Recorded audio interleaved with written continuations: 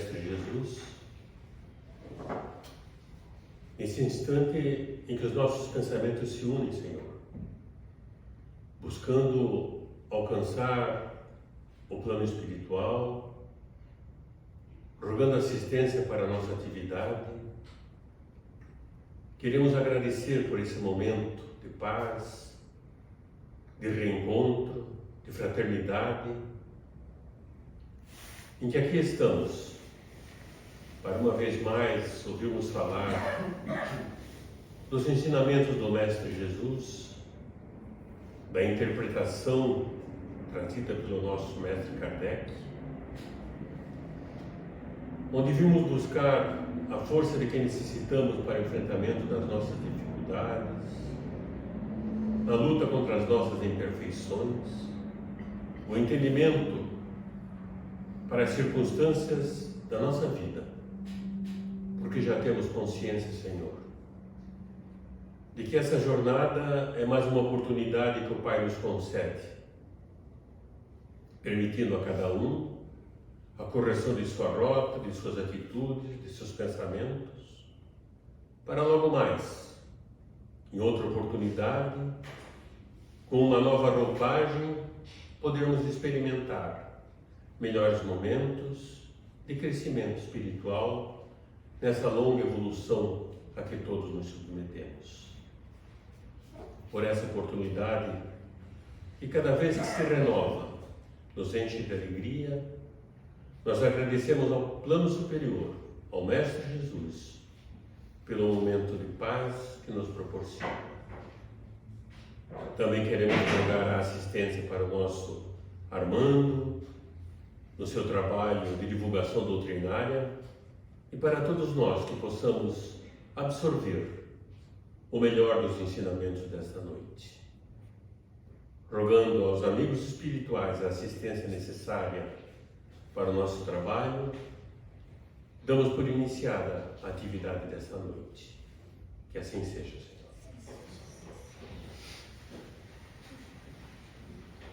Antes de nós falarmos do nosso querido Armando, eu trago um convite da direção da casa para um grupo do ESD. O ESD é o Estudo Sistematizado da Doutrina Espírita. Já existe um grupo às quartas-feiras à noite, que já está há algumas semanas desenvolvendo o seu trabalho, com muito sucesso, com muito proveito dos que lá estão. E a presidência também, tendo em vista algumas solicitações que foram feitas, se dispõe a abrir um novo grupo, agora aos sábados. Então, os que tiverem interesse, que por favor procurem a nossa amiga Rosana para preenchimento da ficha de inscrição, que tão logo tenhamos um número de participantes suficiente, daremos início a esse novo trabalho. Em princípio, pretende-se que a primeira reunião desse novo grupo se dê no primeiro sábado de outubro, que, se não me engano, deve ser dia 1º de outubro. Todos estão convidados de uma forma mais direcionada para aqueles que são novos na doutrina, mas que estão chegando à doutrina, mas todos nós temos muito a aprender com o conteúdo programático e um sistema de estudo muito pedagógico que o ESD nos traz. Então estão todos convidados, é só fazer a inscrição e participar desse grupo. Temos a alegria de anunciar o nosso querido Armando Menezes, nosso querido piloto de navio, que na verdade ele é piloto de navio da Amazônia, né? Essa família querida, são paraenses, abandonaram o calor do norte para enfrentar o frio do clima do sul e o calor dos nossos corações, tá certo?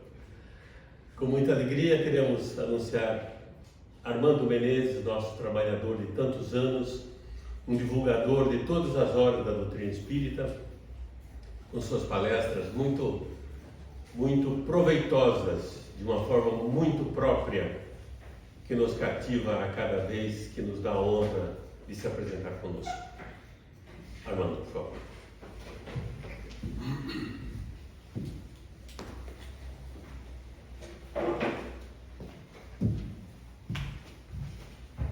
Queridos irmãos e irmãs, uma boa noite a todos.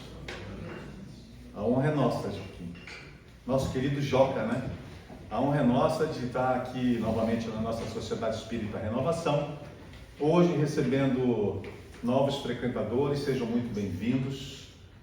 A nossa Sociedade Espírita Renovação é uma linda família. Não família fechada, consanguínea, mas uma família de seguidores do Cristo, uma família de alguns discípulos, né, Joaquim? Mas uma família que já pode apresentar alguns apóstolos do Cristo, não é, Joaquim? Lembra a diferença de apóstolo para discípulo? Marcante a diferença, porque quando nos dispomos a seguir o Cristo na condição de discípulos, nos colocamos na condição de aprendiz, na posição de aprendiz. E então, viemos buscar aqui na Casa Espírita, aqui na Sociedade Espírita Renovação, esse conhecimento da doutrina do Cristo à luz da nossa veneranda doutrina espírita, que nos trouxe o nosso egrégio codificador Kardec. E então, pelo estudo dessa doutrina, que aliás nos foi feito o convite aqui pelo Joaquim, né, Joaquim? Desse grupo aí de estudos, tão importante nas nossas vidas, porque da condição de discípulo consciente, nós buscaremos então a posição de apóstolos. Não mais apenas aquele que segue e estuda, mas aquele que vivencia, aquele que dá o testemunho, aquele que é enviado pelo Cristo em todas as circunstâncias onde se façam necessárias a presença dos apóstolos do nosso Salvador. Mas ninguém pode se candidatar a apóstolo sem antes passar pela condição de discípulo, daquele que segue, daquele que busca o aprendizado. E é para isso que todos nós, sem exceção, estamos aqui.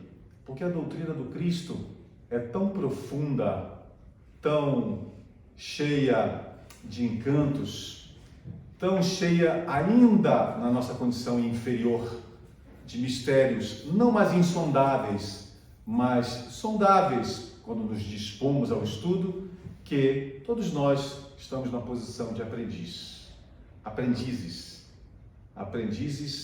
dos ensinamentos do Cristo, do seu Evangelho, nesse reencontro que acontece todas as vezes que nós nos dispomos a vir à Casa Espírita. Todas as vezes que aqui nos encontramos, nós estamos aqui para esse reencontro com Jesus, tão importante das nossas vidas. Louvável, sem dúvida nenhuma. Mas por que nós nos reencontramos?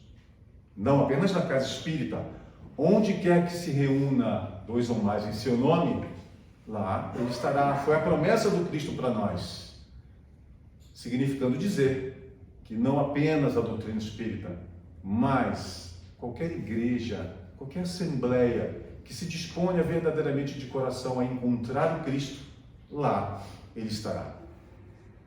E por que ainda nos reencontramos com o Cristo?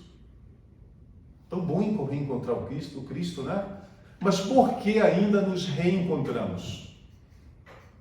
Porque para que haja o reencontro, é preciso que haja antes o desencontro.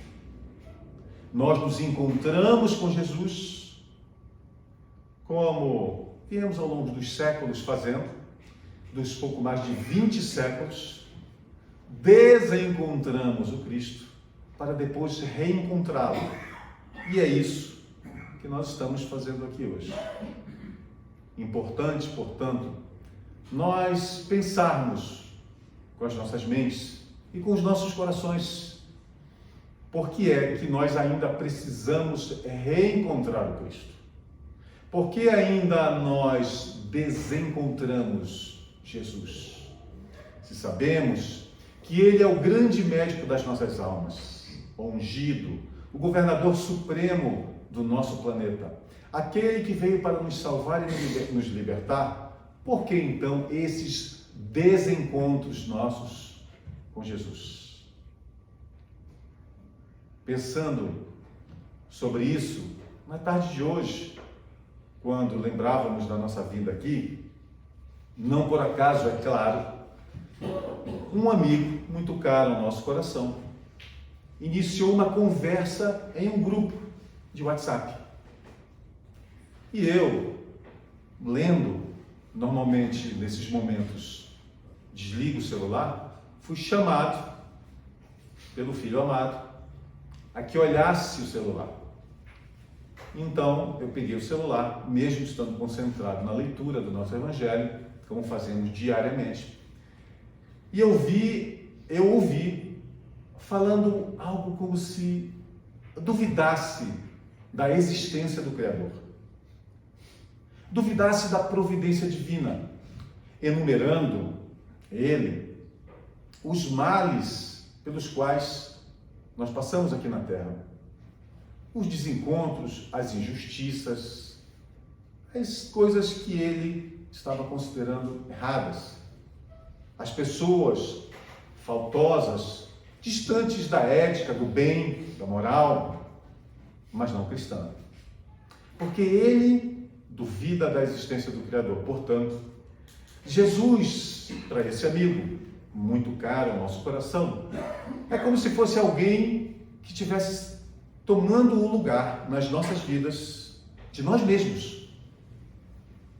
Como se fosse alguém que nós necessitássemos pelas nossas próprias carências, mas que tivéssemos endeusado esse ser iluminado, chamado Jesus, pelas nossas carências, e não verdadeiramente pela luz que ele emite para nós. Não verdadeiramente por ser ele um enviado de Deus, que segundo a crença do amigo, talvez nem exista. E ele dizia, claro, entramos na conversa, sem dúvida nenhuma, apesar de alguns evitarem, né? Porque é assim que nós agimos muitas vezes. Nós acreditamos que toda conversa, ela precisa ser, ou se transformar em um confronto. Daí muitas vezes silenciamos. Não, eu sou espírita. Para que esses debates longos, ofensivos? E por que nós precisamos levar as conversas para o lado ofensivo? E aí, muitas vezes, sob a capa que vestimos, da serenidade, da brandura, da mansidão, nós nos colocamos no muro e esquecemos daquela velha história que conta do homem que se encontrava em cima do muro. Já ouviram? De um lado, o demônio, essa figura alegórica e fictícia, que sabemos, inexistente, e do outro, São Pedro, convidando o homem a descer do muro, que viesse para o céu. E então o homem, em dúvida, olhava para São Pedro, olhava para o demônio, e o demônio calado, o homem também, São Pedro fazendo o papel dele, de enviado, de apóstolo, tentando convencer o homem que descesse do muro. O homem andava para um lado, olhava para o outro, e claro, o demônio oferecia tudo que podia às vistas do homem. Todos os prazeres mundanos, o tabagismo, o álcool, a sexualidade, a sexolatria, de um lado e do outro. São Pedro, lembrando das promessas do Cristo, mostrando o que seria o céu, e o homem em dúvida, até que São Pedro, depois de muito tempo, e muitos conhecem a história, mas afinal de contas, ô demônio, você não vai falar nada a seu favor? Pelo menos faz logo ele decidir. E ele disse, eu nada preciso falar, o muro é meu. O muro faz parte do meu lado. E nós, muitas vezes, vestindo aquela capa de serenidade, sem que nos sintamos capazes e com a responsabilidade de confessar o Cristo, nós silenciamos. Por isso, e não por outra razão, Kardec nos ensina, pela espiritualidade superior, que o mal impera em nosso planeta pela inatividade dos bons. Quando estes quiserem, quando aqueles que confessam o Cristo assim o quiserem, o bem irá prevalecer. Mas nós, muitas vezes, silenciamos. E então, naquele momento, eu era convidado a participar daquela conversa animada, que procurava destituir Jesus da importância que ele tem no nosso planeta. E também falando da inexistência de Deus. E eu entrei na conversa, ponderando sobre os ensinamentos do Cristo, quando ele falava dos problemas da religião. Ele, muito inteligente e muito estudioso, conhecedor profundo da história, relatou uma série de fatos que aconteceram ao longo dos séculos, especialmente depois da vinda do Cristo. Perseguições, assassinatos, sede de dominação, dominação propriamente dita, enriquecimento segundo a matéria, tudo isso em nome do Cristo, tudo isso em nome das religiões, e dizia ele, não apenas do cristianismo, das outras religiões. Quantos agem como fanáticos, espalhando o mal, quando, se Deus existisse, segundo a visão dele, espalhariam o bem. Que Deus é esse que envia apóstolos seus do mal? Não seria o demônio? E riu, porque ele também não acredita no demônio, mas no nada. No fim, depois do fim da morte física, e nós então conversávamos, quando outros entraram na conversa, falando de forma sutil do trabalho que fazemos na divulgação da doutrina do Cristo, e ele então se dirigiu a mim dizendo, mas o seu trabalho é louvável, você trabalha para o seu Cristo, mas eu lhe aconselharia, ainda que louvável o que você faz, eu lhe aconselharia a aproveitar mais a vida. Ou, segundo ele, aproveitar também a vida. Não apenas ficar nessa condição. Aproveite a vida, viaje, compre, trabalhe, se divirta. Afinal de contas, é para isso que nós estamos aqui. Lembre-se, dizia ele, você, eu, nem ninguém, todos os habitantes da Terra, nenhum de nós tem a certeza de uma outra vida. Portanto, nós precisamos aproveitar essa vida. Vejam que essa é a essência, é o alicerce da visão da filosofia materialista. Nós precisamos aproveitar, segundo eles, e satisfazer, porque aproveitar a vida, segundo eles, seria satisfazer, e mais do que isso, promover a viciação dos nossos sentidos, grosseiros, materiais. E era o convite dele, a que eu aproveitasse a vida, a que eu viajasse, a que eu me desligasse um pouquinho, segundo ele, dessa tarefa árdua, que é a divulgação da doutrina espírita, da doutrina do Cristo, e fosse mundo afora aproveitar a vida.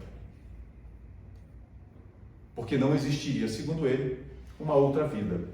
E eu então disse a ele, é verdade o que você está dizendo, não existe outra vida.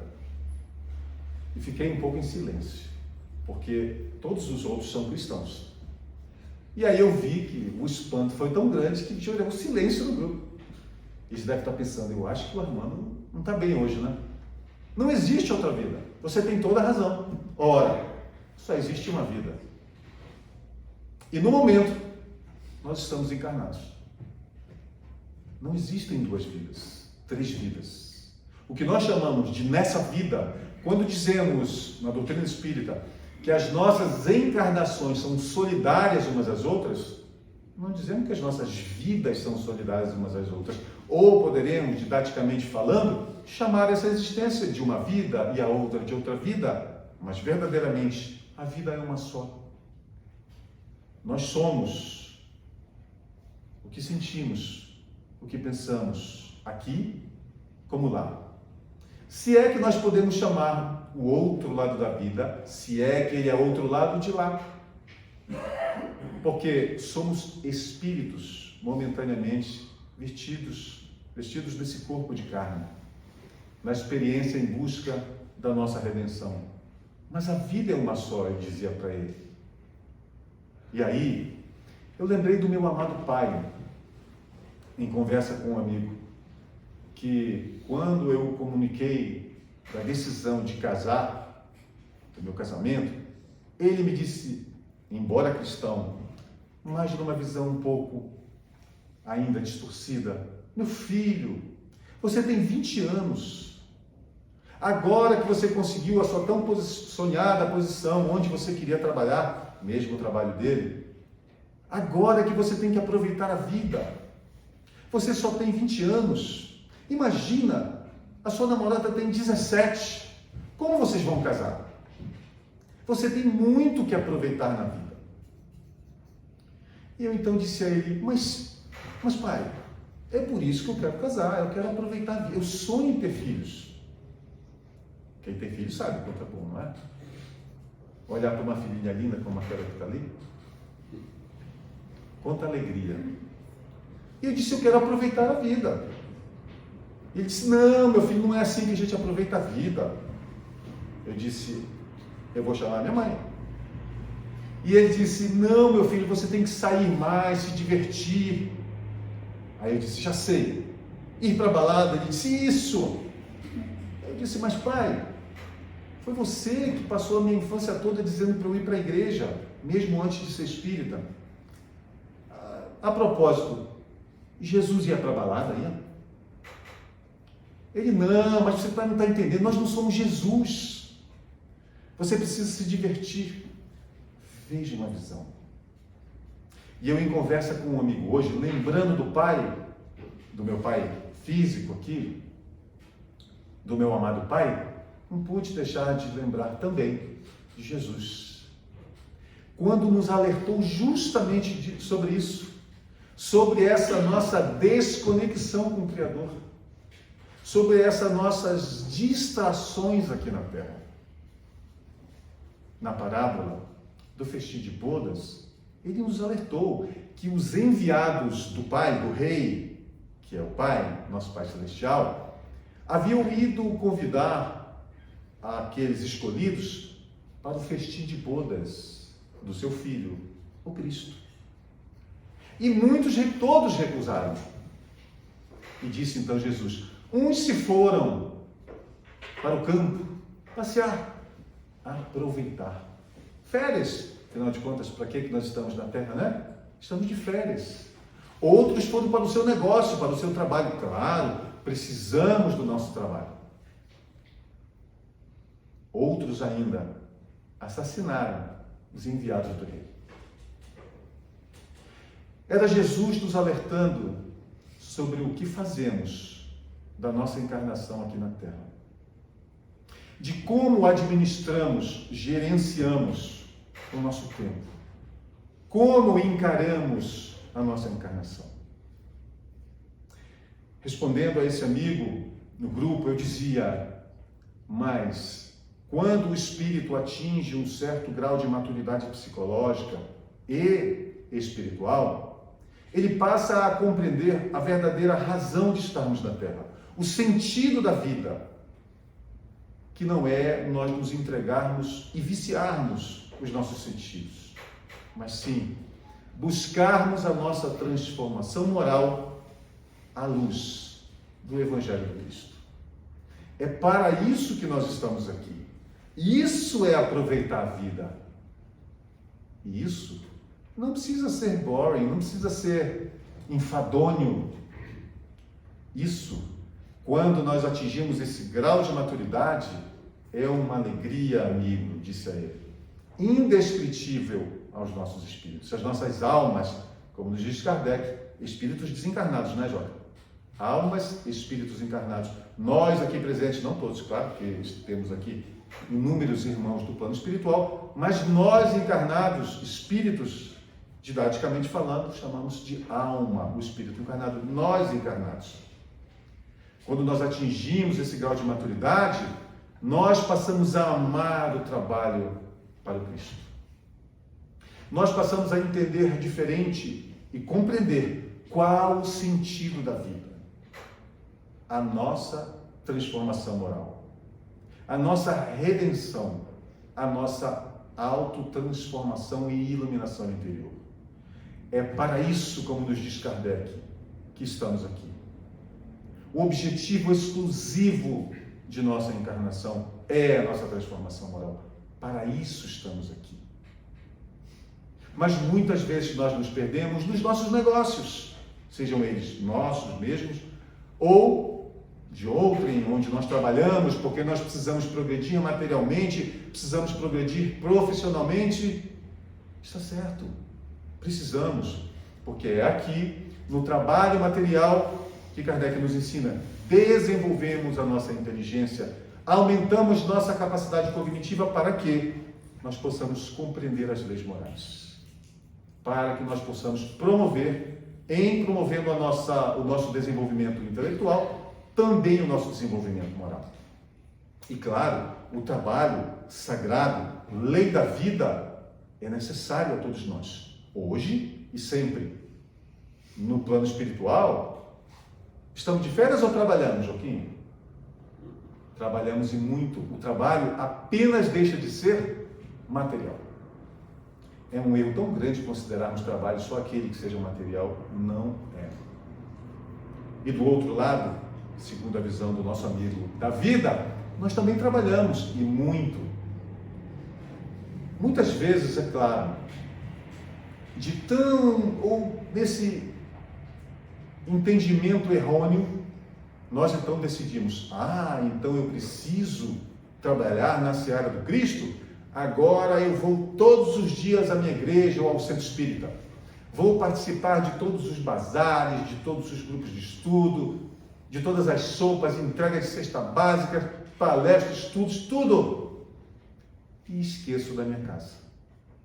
Esqueço do convívio com aqueles que eu mesmo escolhi, desde muito antes de encarnar, para que convivêssemos juntos, sob o mesmo teto.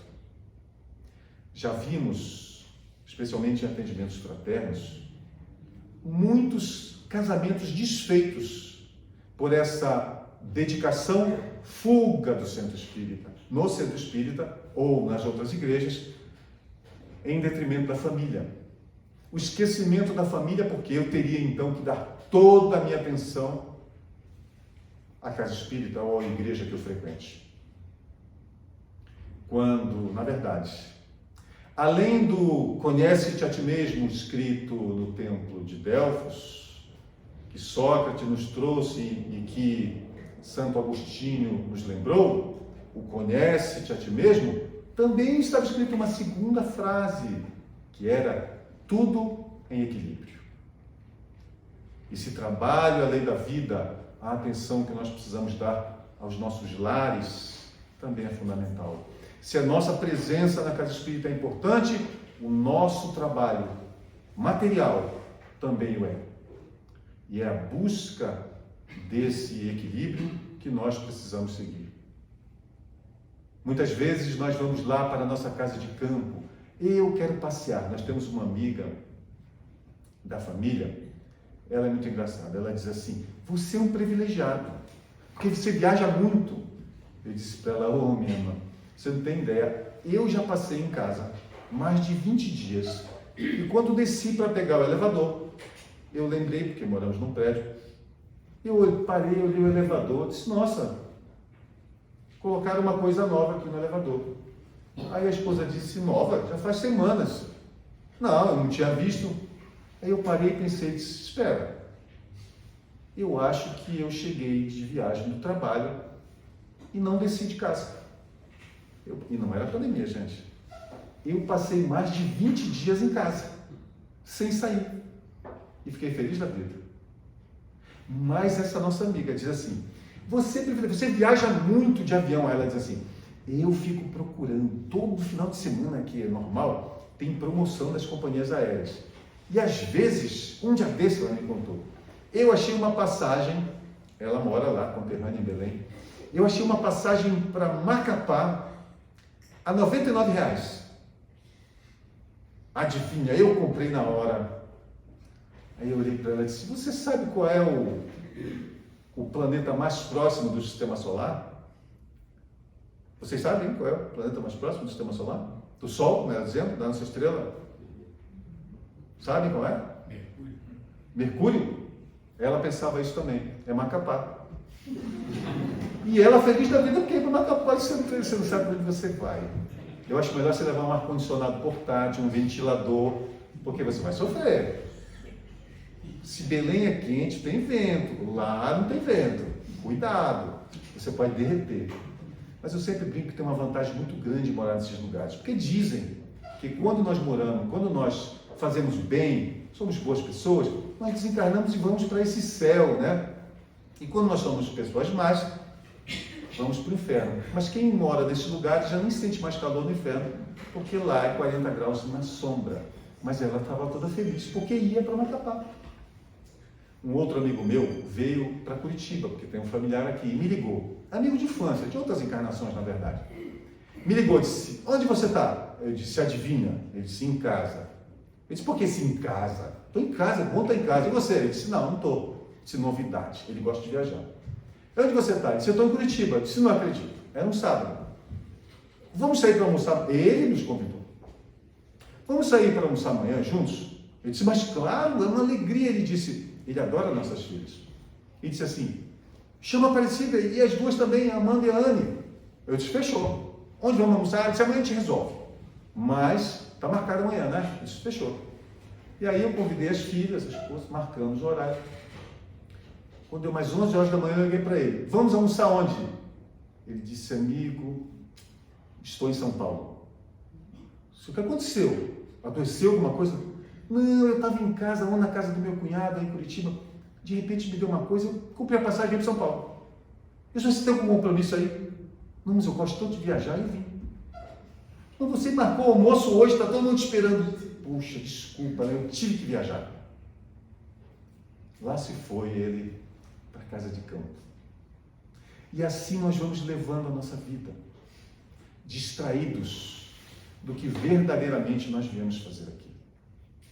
E nesse momento, nós pensamos, será que esse comportamento, quando eu dedico um diazinho da semana para reencontrar o Cristo, porque dele me desconecto nos outros dias da semana, será que nesses momentos eu não estaria fazendo como Simão Pedro?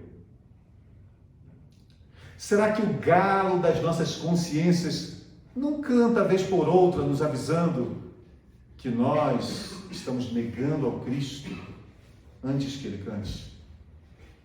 3 vezes, 13 vezes. Porque nós imaginamos que negar ao Cristo é apenas agir exatamente como Simão Pedro. Você era um dos seus discípulos, eu vi o Cid na casa espírita. Você é um seguidor do Cristo, Cid. Aí o Cid vai dizer, não, você se enganou, senão ele vai ser morto. E eu não negaria o Cristo, nós dizemos, jamais. Eu morreria pelo Cristo. Morreriam? Se a resposta for não, responda. E nós achamos que negar ao Cristo é apenas dizer, eu não o conheço. Porque nós temos medo, porque foi ele que disse, aquele que me confesse diante dos homens, eu também o confessarei diante do meu Pai que está nos céus, mas aquele que me negue diante dos homens, eu também o negarei diante do meu Pai que está no céu. E aí, por esse atavismo que nós temos, por essas reminiscências de outras vidas, nós temos aquele Deus monstruoso, vingativo, que faz o mal e que se vinga de nós, nós dizemos, não, eu não posso negar o Cristo. Mas todas as vezes que nós nos desconectamos por dias a fios de Jesus, nós também estamos negando ao Cristo. Porque quando assim agimos, nós não conseguimos reconectar com Jesus de forma emergencial quando isso se faça necessário. Quando navegamos em mar de almirante, quando a nossa vida está em calmaria, sem ondas, sem tempestades, sem ventos, é muito fácil ser sereno, ser calmo, dizer eu sou cristão. Mas, quando as provas da vida nos colocam as grandes dificuldades, as pessoas que nós consideramos difíceis, pedindo o nosso testemunho cristão, nesses momentos, desconectados de Jesus, nós agimos em não conformidade com o seu Evangelho. E aí, o galo canta, o galo da nossa consciência, porque aí, na consciência de cada um de nós, que está escrita, segundo Kardec, a lei de Deus. E então, nós precisamos pensar sobre esses nossos momentos grandes, maiores para uns, menores para outros, de desconexão com o Criador. Esse engano do que nós realmente viemos fazer aqui na Terra, de qual verdadeiramente é o sentido da vida. Porque Jesus veio para que nós nos libertemos. E esse amigo do grupo hoje, relembrando, vou até convidá-lo a assistir a nossa conversa de hoje. Eu disse para ele, quando nós atingimos esse grau de maturidade psicológica e espiritual, nós percebemos que trevas exteriores eram aquelas a que Jesus mencionava, onde haveria prantos e ranger de dentes. Nós percebemos onde estamos, no vale de sombras. E ele disse, de jeito nenhum, eu aproveito a minha vida de todo jeito. E, desculpe, com todo respeito que eu tenho a você, ele disse, mas eu me considero alguém livre, absolutamente livre, e brincou, parafraseando a canção, eu sou livre, leve e solto. Então eu coloquei para ele, livre? Com uma interrogação. Livre? Amigo, se você tivesse a ideia da distância inimaginável que um espírito superior percorre em fração de segundo, você não se consideraria livre, se arrastando pesadamente nesse corpo tão denso, nesse ínfimo planeta escondido no canto dessa galáxia tão minúscula? Livre, amigo. Você não tem ideia do que é a liberdade. E assim, de engano a engano, nós tantas vezes nos apresentamos diante do nosso Salvador como aquele pedinte, como um mendigo espiritual. Claro que é louvável nós buscarmos o reencontro com Cristo sempre, e precisamos, na esperança de encontrar, ou melhor, na certeza de encontrar consolação, amparo, forças para as nossas provas, inspiração para o nosso crescimento. É importante que nós entendamos essa verdade. Lembramos então de Santo Agostinho, no Livro dos Espíritos, quando nos fala da doutrina maravilhosa dos anjos guardiães, que parte ali da questão 489, quando Kardec conversa com a espiritualidade sobre essa linda doutrina dos anjos guardiães. E na questão 495, é Santo Agostinho que vai coroar de forma belíssima o entendimento verdadeiro sobre essa doutrina dos anjos. Ele diz, se soubesses quão consoladora é essa doutrina, o quão transformadora ela é. Imaginar que nós temos espíritos muito superiores a nós, a nos amparar, nos inspirar, nos fortalecer, nos consolar. Se soubesses o quão bonita, o quão bela é essa doutrina de ter um espírito que, apesar de viver muitas vezes a milhões de léguas de distância de nós estamos com todos vocês, Cada um de nós tem o seu protegido e acredita, dizendo Santo Agostinho, a nossa dedicação é muito maior do que o mais íntimo, o mais forte, o mais próximo dos seus amigos na terra.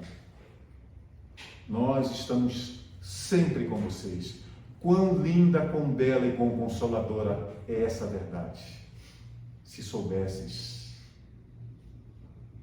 Mas Santo Agostinho, depois de discorrer de forma tão bela nessa questão 495, no final dela, ele nos chama à responsabilidade. Porque ele nos diz que, em estando esses espíritos superiores, muito superiores a nós, ao nosso lado, em tempo integral, se assim o necessitarmos, se assim desejarmos, nós também temos as nossas obrigações aqui. Então ele diz: espíritos doutos, instruí os vossos irmãos. Espíritos talentosos, educai-os. E não podemos imaginar o douto como o letrado, o diplomado, nas academias terrenas, ainda é nobre que sejam esses diplomas, doutos na vivência do Evangelho. Não doutos apenas no conhecimento do Evangelho, mas doutos na vivência do Evangelho.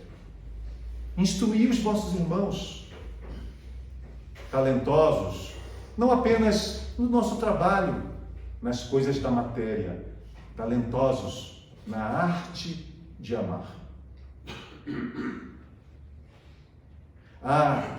Diz Santo Agostinho, se soubesseis a grandiosidade do trabalho que podeis fazer, instruindo e educando os vossos irmãos pelo vosso exemplo, é ao Cristo, é para o Cristo que trabalhais.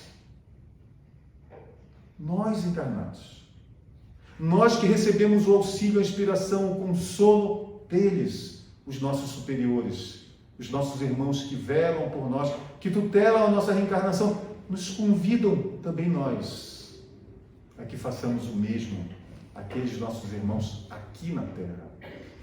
Nós fazendo o papel de anjo guardiães aqui na Terra? Será? Nós podemos isso?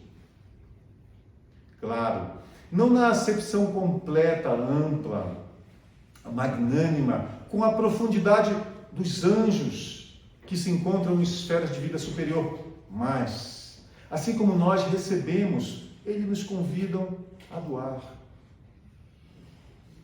Diz Santo Agostinho na mesma questão, para que o conhecimento? Para que a sabedoria, senão para dividir com os vossos irmãos menos felizes, menos sábios, menos cultos, mais rebeldes, mais indiferentes com o próprio destino? Para que a sabedoria, senão para dividir com eles, os ajudando a crescerem, a se transformarem à luz do Evangelho do Cristo? Para que o conhecimento, senão para dividir com eles? É o convite que nos faz Santo Agostinho, nos chamando à responsabilidade de que deixemos apenas a função de discípulos, a posição de discípulos conveniente, confortável, quando nós buscamos nesse reencontro semanal apenas a instrução, o conhecimento, ainda que ele seja o início de tudo, porque ninguém consegue vivenciar aquilo que não saiba, assumamos também nós a posição de enviados do Cristo, que vamos espalhar pelo nosso exemplo essa instrução, vivenciando esse amor nós mesmos, falando, se necessário. Hoje, a esposa foi inspirada a me mostrar uma historinha muito bonitinha. Porque aqui na SER nós temos evangelização, não é, gente? E estamos voltando com a nossa evangelização, que é uma tarefa tão nobre. Atendemos incontáveis irmãos na outra casa espírita onde trabalhamos, além do amor que nutrimos pela nossa SER, primeira casa e eterna aqui em Curitiba. Mas atendemos inúmeros irmãos na outra casa que tem função de hospital, de pessoas que querem tirar a própria vida quando sofrem algum trauma, as decepções, as desilusões, quando, esquecidas do sentido da vida, da verdadeira razão de estarmos aqui, perdem o sentido da vida e o espírito ou a alma evangelizada será mais evangelizadora quando na fase adulta, quando no futuro, do que sofredora. Porque entenderá o significado de tudo que nos acontece na vida. E assim como nos convidou o apóstolo dos gentios, dará graças a tudo que lhe aconteça. Porque a fé do coração evangelizado é inabalável. Então a historinha que a nossa evangelizadora Cidinha, como é carinhosamente conhecida aqui na SER, nos contava, tocou o nosso coração. O nome da historinha é Lá no Céu, não é isso, amor? Lá no Céu. E é a história de um espírito muito bom, já muito elevado, que saiu da Terra, com um grande número de virtudes já estabelecidas.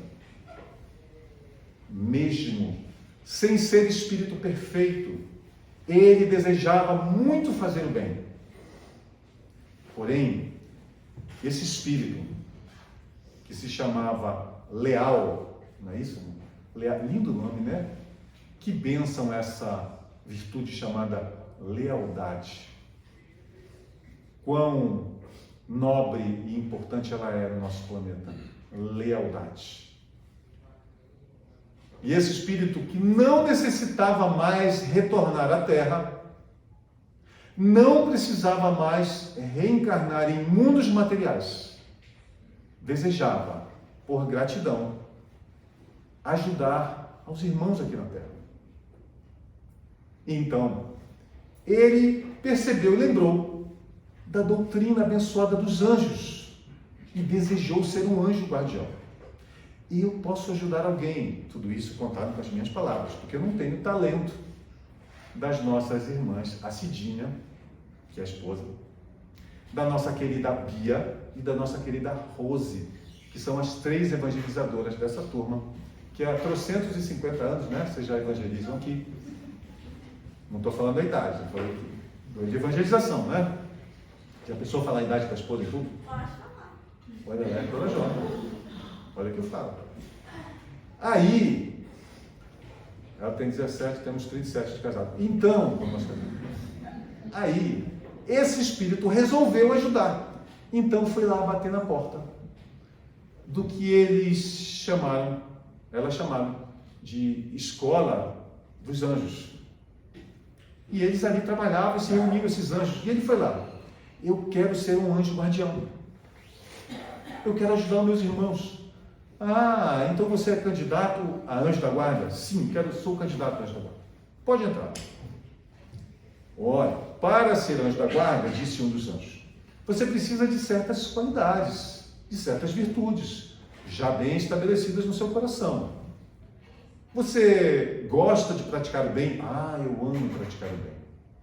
Você é leal? Ah, meu nome é leal. Você é sincero? Sempre. Assim, sinceridade é importante nas nossas vidas. Claro, sou sincero. Você tem perseverança? Muito, muito, muito. Você tem coragem? Porque essa é uma missão árdua. Você tem coragem? Ah, tenho. Isso eu tenho. Tive coragem para enfrentar a mim mesmo, me vencer. Eu tenho coragem. Então ele disse: bem, meus pêsames, você vai ser anjo da guarda. Não, essa parte é minha, brincadeira. Você vai encarar a árdua missão de ser o anjo guardião de alguém nesse planetinho, cheio de gente teimosa, insistente. Não, essa parte também não tem, né? Depois vocês veem a historinha que é tão bonitinha, né? Tá no aqui da cena? Não, não tá. A gente põe só no WhatsApp dos pais. Ah, só no WhatsApp dos pais. Então só pode ver quem tiver filho na evangelização aqui, que vai ter oportunidade de ver elas contando a história como elas contam, né? E então esse espírito desejou ardentemente ser anjo de alguém, para que ele pudesse distribuir o que havia aprendido, para que ele pudesse comemorar as suas conquistas, o desenvolvimento das suas virtudes com a gente aqui na Terra, nós ainda encarnados. E aí nós percebemos o quão grande é essa doutrina dos anjos guardiães. Muitas vezes nós, quando falamos que é para isso que Jesus veio, para nos libertar da matéria, e mesmo que daqui, desse planeta tão inferior, tão material, nós não consigamos atingir a condição de espíritos puros, perfeitos, que não necessitem mais reencarnar, Jesus veio para que nós nos libertemos da matéria, da reencarnação em mundos materiais. E esse desejo de fazer o bem, essa alegria que nós encontramos de dividir com os nossos irmãos as nossas conquistas, porque também nós fomos auxiliados a consegui-las, é o que nos move para cima na nossa jornada evolutiva rumo à perfeição relativa, porque é absoluta, só o Criador a que todos nós estamos destinados. Então, a vontade do irmão leal, que quis servir como anjo guardião, nos faz lembrar do que nos disse o nosso benfeitor espiritual Emmanuel, pela psicografia do nosso amado Chico Xavier.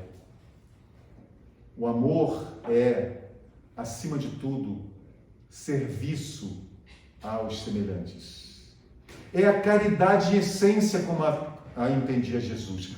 Não apenas a caridade material, a caridade mais meritória, a desinteressada, a caridade moral.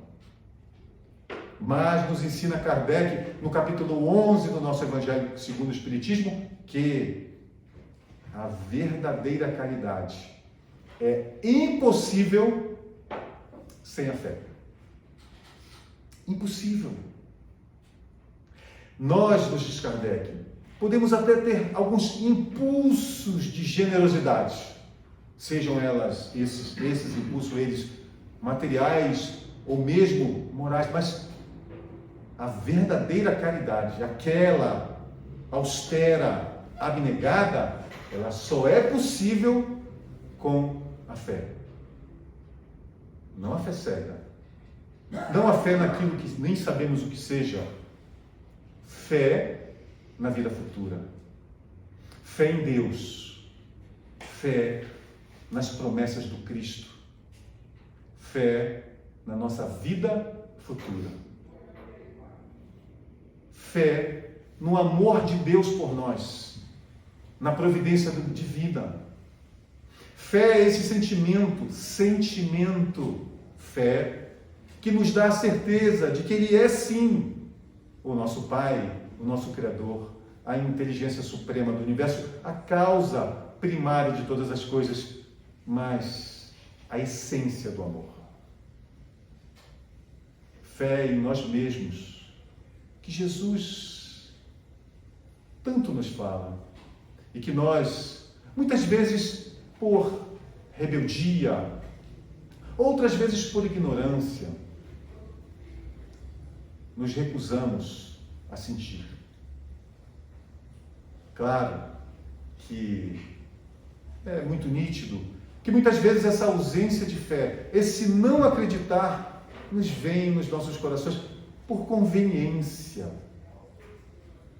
Porque entendo essa certeza na vida futura e nas promessas de libertação da vida material que o Cristo nos oferece, que Kardec e toda a espiritualidade nos chancela, ela nos leva obrigatoriamente à nossa transformação moral, à desistência de nós mesmos, à abdicação de tudo quanto aprendemos ao longo das nossas multimilenares existências. E nos faz direcionar o nosso pensamento e os nossos corações, tendo esse sentimento nos nossos corações para a nossa transformação moral. Foi Ele quem nos disse em João 14 que todo aquele que em mim crê poderá fazer tudo o que eu faço.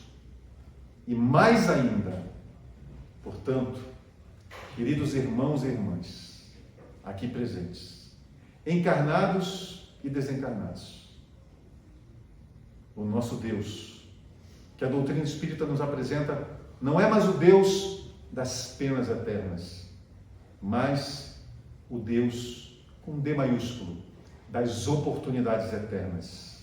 E nós teremos tantas quantas precisarmos para a nossa redenção.